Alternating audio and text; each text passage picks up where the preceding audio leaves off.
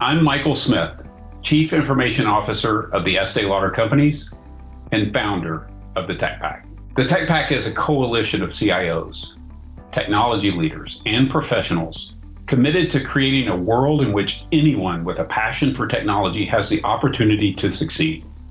Our twofold mission is to close the digital divide and to advance diverse representation at all levels of the technology field.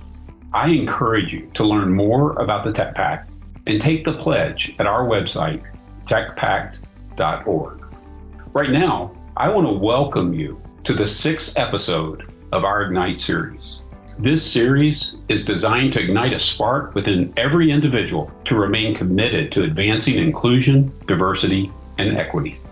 As we approach Breast Cancer Awareness Month in October, the Tech Pack and its members are proud to support the effort to create a breast cancer-free world. Breast cancer impacts us all. Every 15 seconds, somewhere, someone around the world is diagnosed with breast cancer, and we believe that is far too many. So every year, on the second Thursday of October, and that's October 14th this year, the technology community comes together to raise awareness and resources to find a cure. This is the Tech Day of Pink. The Tech Pack invites you to participate in this year's Tech Day of Pink. On October 14th, every post on social media with the hashtag TechInPink2021 will raise funds for breast cancer research. Wear pink, post your selfie on social media, along with your story of why the fight to end breast cancer is important to you, and include the hashtag. You can learn more about how to activate your teams and colleagues in this effort at techdayofpink.com.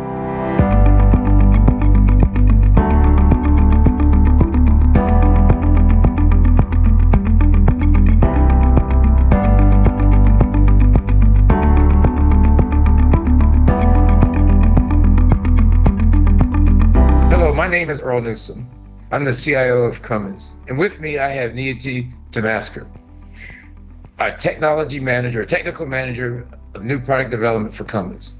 But more importantly, a proud, accomplished female of Indian origin, a TED Talk alumni, a cancer survivor, and a mom. Niyati is an advocate for women in technology and engineering. She has spent 16 years of her professional career developing electronic controls for a variety of machine applications and natural gas engines. She thrives on developing programs that are related to sustainability and energy security. Her passion for engineering extends to her work as a North American leader for the Cummins Women in Technology Network, CWIT, and the SWE Network, Society for Women Engineers, develop leaders for Cummins in North America. She promotes STEM education and strives to prioritize engineering careers among minorities. Niyati enjoys writing, and she has authored 2 books, Unafraid, A Survivor's Quest for Human Connection. This book was featured in Forbes magazine in 2020 as a book that will help spark human connections. Her second book, Unabashed, self-advocacy and a quest to foster empathy, talks about challenges of being a young survivor and the highlights of the importance of empathy.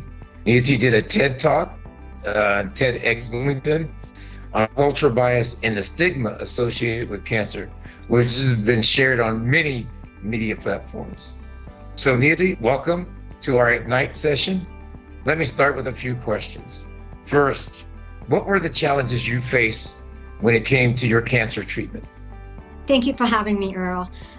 One of the biggest challenges I faced when I was diagnosed was the lack of representation.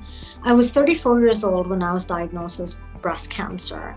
And while I went through my journey and my multitude of oncology and surgery appointments, I was almost always given a pamphlet, a medical journal, a booklet to take home so I could read about what was going to be done to me next. And in all of those, the images that they had for breast cancer were Caucasian postmenopausal women. I happen to belong to an elite group of people known as adolescent and young cancer survivors. And to add to that, I'm a woman of color. And so when I didn't see my age group represented, or when I went to my plastic surgeon to talk about reconstruction options, and all of the images were of white women and the results that they have chosen, I didn't see myself, and I craved that validation. I wanted to see what my outcome would look like. And I would still say those two things, representation, both in terms of race and age, were my biggest challenges during treatment. Excellent. Maybe you can dig a little deeper on this idea about being able to reflect and see oneself in the treatment, and the lack of being able to see one either reflected in the treatment or in the reconstruction side. I mean, what does that mean from an emotional standpoint, and from a, this idea about medical humanities and the whole self? I mean, how does that play in terms of, both the treatment and the recovery from such a traumatic event? Yeah, this is a really tough follow-on question because, I reflect back at human psyche. And one of the things I think about is, it was bad enough that the medical information that was given to me did not look like anybody my age or my race. Something that added to it was, it just so happens that the hospital I got treated in, I only also saw Caucasian male and older men and women getting treated. And so I felt isolated. I felt like I must be the only one at this age, being a new mom and the only Indian. And I know none of that is true, but when you don't see yourself represented either in the cancer center population or the information that they're giving you, that sense of isolation becomes greater. And one of the things that has culminated from my experience is that I have made it a point to reach out to brown and Black women going through cancer treatment to highlight, you're not alone. I'm currently unfortunately helping 7 other women of color, all under the age of 40. And I remind them that I had it at 34. I survived, so will you. And so I just want to give that hope and representation and just the belief that, you're not alone. I went through it, you will get through it, and we'll do it together. That's fantastic. It actually gave me chills. And I thank you also for your personal commitment, because my sister-in-law is actually one of the people you're helping. So again, I thank you. And you've actually brought to home a very important point, that representation, not only equals equity and equality, it also means hope and opportunity. And so even when we look at representation in senior roles inside IT and we don't see it, that means lack of opportunity and lack of hope. And we see that even, now on the medical side, in terms of the opportunities to survive and to thrive. If we don't see those representative, symbols of that, that spells a loss of opportunity and maybe a loss of hope. I think you bring that out very well. And so in the past, you've spoken about this cultural bias and stigma associated with cancer. Can you tell us a bit more about your experience? Yes, of course. So last year I had the opportunity to get on the TEDx stage, and the topic I chose to speak on was the cultural bias and stigma associated with cancer. Now, the reason I spoke on that, or wanted to speak on that topic, was because I grew up in India and there's an indelible shame surrounding cancer. And so I wanted to research that, better understand it more so than just anecdotal information. So when I started researching and composing my TED Talk, I realized that this cultural stigma spans across the globe. And my case in point is going to be, what is the first thing that you think of when you hear about a lung cancer diagnosis?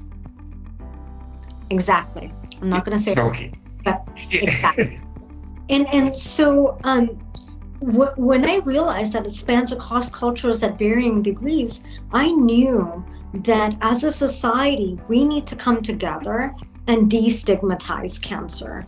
And my way of doing that is talking about it. One of the most gratifying experiences was right after the TEDx talk, and it was in Bloomington. There were maybe 300 people in attendance, and many people from Cummins, so it came to support me, which is wonderful.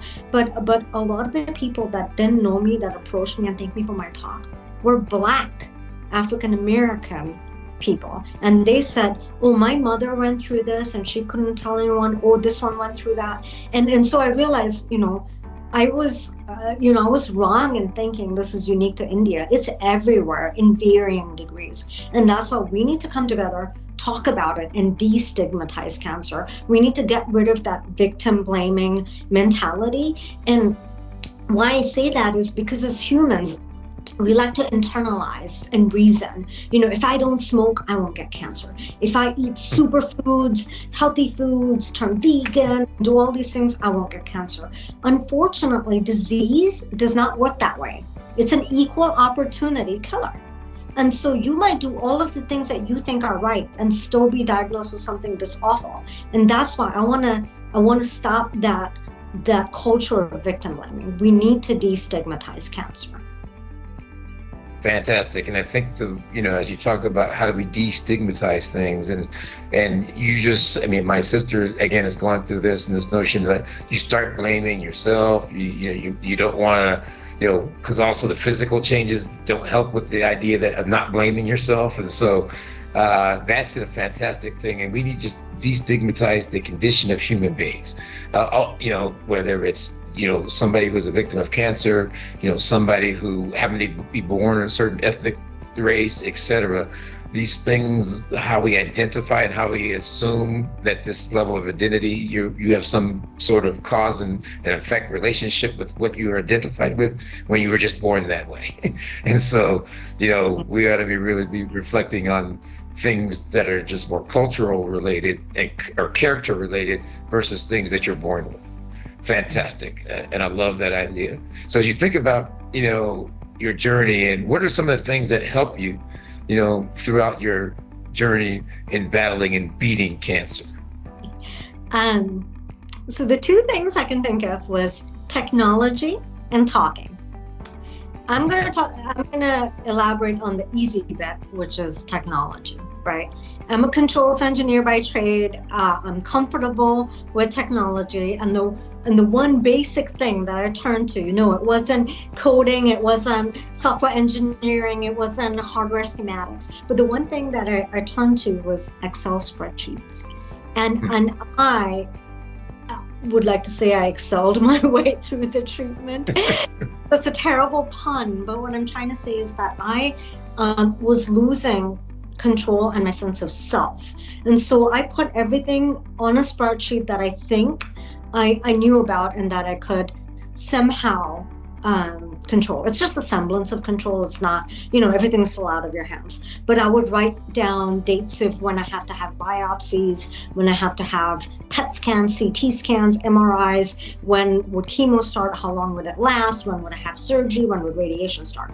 And that calendar, which was many, many, many months long, helped me kind of plan out what kind of help I would need and when. And I would ask my radiation oncologist, my medical oncologist, my surgeons, okay, so for this set of my treatment, how long is my recovery? And will I be able to work? Will I stay at home? And what kind of help I need? And based on that, I reached out to cousins, colleagues, friends, neighbors, childcare workers, and everyone to help me. One of the things that I realized when I did this was the community, because Cummins is such a wonderful place to work, and Columbus is, has been so gracious and kind to me. One of the things I noticed was everyone jumped to help right away. And so I would go back to all the people that wanted to help or deliver meals and say, this is not a sprint, it's a marathon. I am going to need your help 6-8 months down the line, maybe a year down the line. So right now, if I can just spread that out, I will be better suited to cope with treatment. And so people understood that. And that's how I scheduled out help for close to 10 months. I had executive directors at Cummins come and take my 1-year-old, my little daughter, in a little baby carrier and take her away on Saturdays for 4 to 5 hours so that I could rest. I had, people delivering meals. And one of my favorite stories from being sick and needing help was when Cummins, one part of Cummins, sent out an email saying, we have a colleague undergoing surgery. Of course, they would not give any medical information. A colleague undergoing surgery, can you sign up for a meal delivery program? A wonderful gentleman named Benjamin decided to pick up one of the deliveries. And so I was looking in from my bedroom upstairs and into my driveway. And this person drives in, and I recognize people by their cars. That's what we do as engineers. And so when the car pulled in, I'm like, I don't recognize this car. And so I went out and told my husband, hey, honey, I don't know who this is. And so when we went out, a complete stranger named Benjamin drove to our house with his pregnant wife and a toddler in the back. And he said, I heard you were having surgery, and so I brought you Mexican food. And it was all homemade. And I was like, what is your name? And he said, Benjamin. I said, you don't even know me. And he said, yeah, but we heard you had surgery, and that's the right thing to do. And so all of that is, being able to plan and being able to ask for help. Which brings me to my second point. I said technology and talking. So that talking bit, which I've already mentioned before, how it was a taboo, I wasn't allowed to talk about it. So I did the exact opposite of what I was told, which is talk about it, and asking for help. And you will really be amazed at the number of people, and even strangers, that don't even know what you're diagnosed with. Didn't even know I had cancer. But he heard surgery and he said, let's deliver a meal, even though I have a pregnant wife and a toddler with me, right? And so I think that is the beauty of cancer. Everything else, about my disease was horrible, but the beauty of cancer is in the people when you ask for help, and if you have the ability to plan it out a little bit better so that you don't have a bunch of people helping you within the first month and then nobody at the 10-month mark where people have already forgotten that you have cancer. And that's a fantastic concept, this idea about the beauty of a challenging circumstance and how you can find beauty, in reaching out to people and leveraging technology to make it easier. I think that's just fantastic. And as we, through the tech pack, and we are journeying into understanding people in different circumstances with different challenges, you've opened our eyes, to, what the cancer journey is like, and how the stigma and bias can even affect that. And so, as part of the tech pack, we really try to learn and understand from everyone, because you can learn from something from everyone. And I love, the way that you've tied this all together. So let me ask you a bit more about how we might tie this together. If you envision, the future of healthcare, and its intersection with technology, if cost is no option, what would that look like? What would an ideal mix of healthcare and technology be for someone going through the fight against breast cancer? In an ideal world, two things would happen. A is that we could detect cancer at an early stage and even sooner. Now, if that is through genetic testing, that would be a dream come true.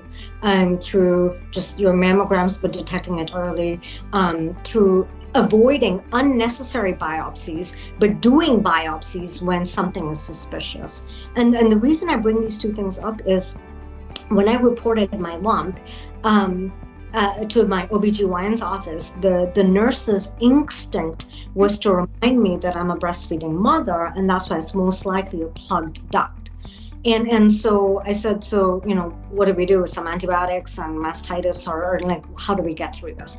And in her infinite wisdom, and I'm so glad she didn't just dismiss me, she said, let us just get an ultrasound and a mammogram scheduled. And I thought it was completely unnecessary. I thought, given, the American healthcare and insurance, they're making me go through all this when I shouldn't have to. But I also had a gut that told me somehow she's concerned, and so I should follow through. I knew 100% it's not going to be cancer. I had no doubt in my mind it's not going to be cancer. But I knew she's concerned, she's qualified, she's a medical professional, I'm not. And so let's just follow through. Not a big deal, right? Because it's going to be negative anyways. It's going to be some plug duct, some antibiotic business, and we're going to be fine. And obviously that wasn't the case. But that is them using technology, the mammogram, the ultrasound, then doing a biopsy and not giving up on me. And I know a lot of women of color fall through those cracks because our complaints are not taken seriously.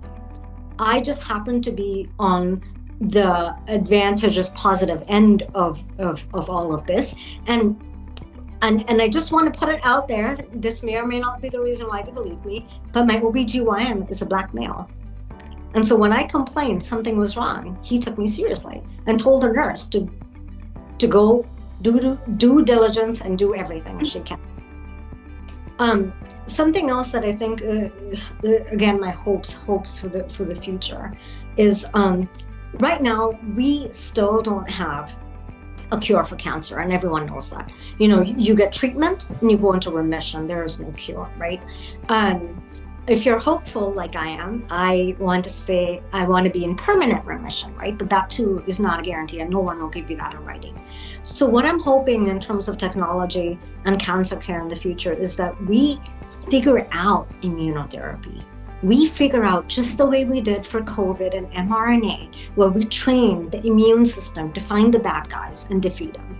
We need to do exactly the same for cancer treatment. Now, there are wonderful clinical trials going on, and there are some drugs out there, but immunotherapy for cancer hasn't still been figured out. And that's why it's still a chance of, whether you're going to survive, whether your immune system's going to react the way it should, whether it'll fight the cancer cells, right? So the future of cancer, given that I have a daughter and a son, but a daughter that I worry about, is that I hope that when she's old enough, there is no cancer, but if there is, and God forbid she sees, her friends or anyone she knows and loves go through it, it's just a little immunotherapy shot or like a pill, and then your body defeats the cancer and we're good to go.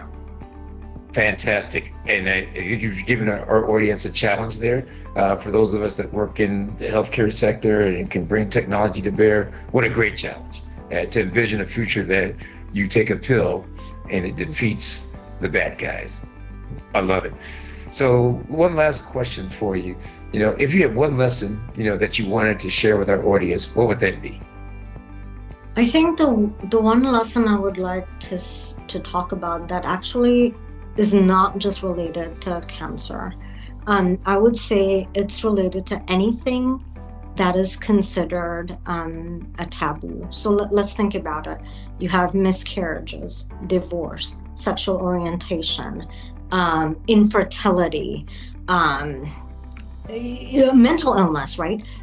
All of these, the parallels are the same with me talking about the taboo of cancer, is that there's a taboo around infertility, around miscarriage, around, a terrible divorce, domestic abuse. And so my hope and challenge and message for everyone who's listening to this is that get rid of that shame and that taboo.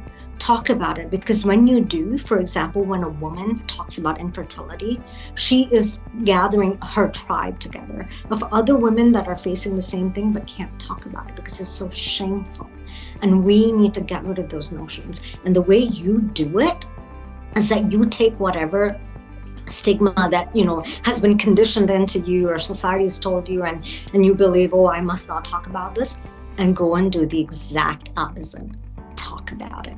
And that's how we're going to destigmatize taboos, not just my message of cancer and what I want to do. It can be applied to many different fields of life, society, and humanity. I love it. What a great lesson. Thank you very much. This idea about stop the taboo, destigmatize the taboo. I think there's a hashtag in there somewhere. So, I'll challenge the marketing people to come up with what that is. But I think that's a call to action. Niyati, I appreciate your candor, and I appreciate your opportunity to share your story here. I mean, it's absolutely fantastic. And so, as we close, I would like to say the following. The Tech Day of Pink unites us. It brings us hope and symbolizes our fight for a cure. It is a movement, is a representation of our diverse goal and global technology community, and it honors each and every one of us touched by the disease. Patients, loved ones, caregivers, doctors, thrivers, advocates, and even more. So please join us on Thursday, October 14th. Wear pink, post your pictures on social media, Twitter, Facebook, Instagram, LinkedIn, others, and with the hashtag Tech Day in Pink, hashtag Tech in Pink 2021, you can learn more about how to participate and activate your own teams at techdayofpink.com. So again, Niyati, thank you very much, and look forward to seeing everyone out there on the battlefield winning the war against breast cancer and all other taboos that are holding us down. Thank you very much. A lot. Thank you.